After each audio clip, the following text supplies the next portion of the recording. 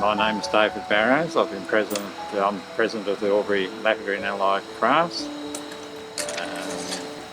I've been president now probably for 15, 20 years, I think. We've had up to 100 members. We're currently at around about 80 to 90. We have a lot of juniors, and we've just had a field trip out to Berrigan after Smoky Quartz. It's harder now to find places to go to do fossicking, but that's one of the things that we do here, and that was the reason I actually joined the club in the first place, was to go on the field trips and dig for these rocks. But then you see it just goes on and on. Then what do you do with them? So you either work with them and make some jewellery, or if you get something that can be faceted, you cut the stone.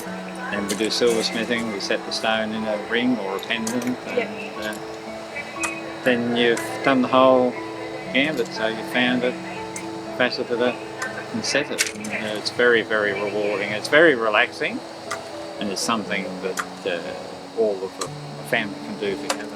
I really enjoy collecting the stones, and then when I get home cutting them and polishing them, seeing what they're like inside and that sort of thing. Always want to facet the stones we found.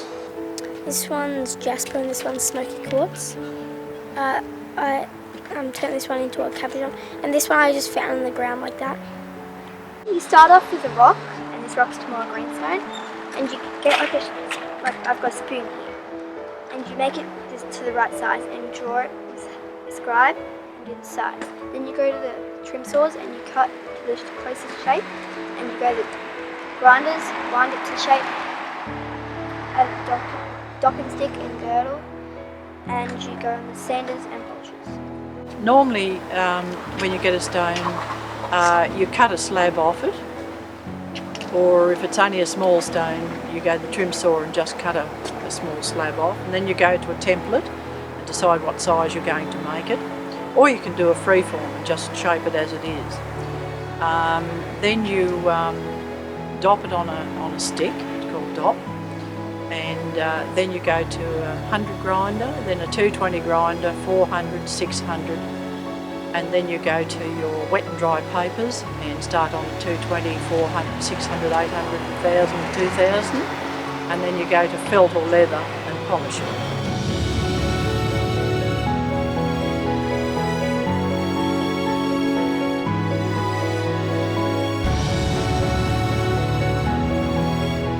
We do silversmithing, and a lot of people do that. They actually make themselves a silver fining to go around it.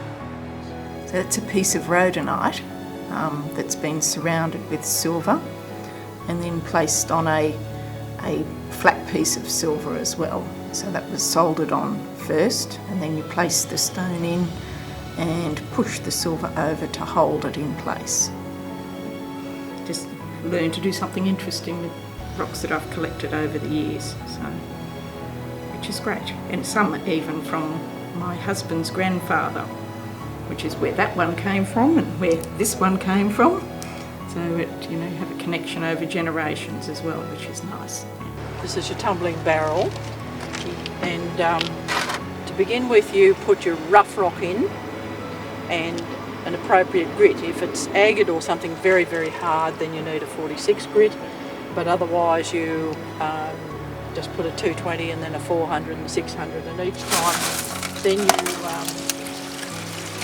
when it's ready, after a week you have a look at it and take out all the pieces that are smooth and put those to go on to the next grit, and then you just keep that's a piece of grit that I've had in there, and then you just put these back in, the ones that are not ready, and add some more to them. It takes about a week for each grit, so it can take up to 6 weeks to do some tumbling.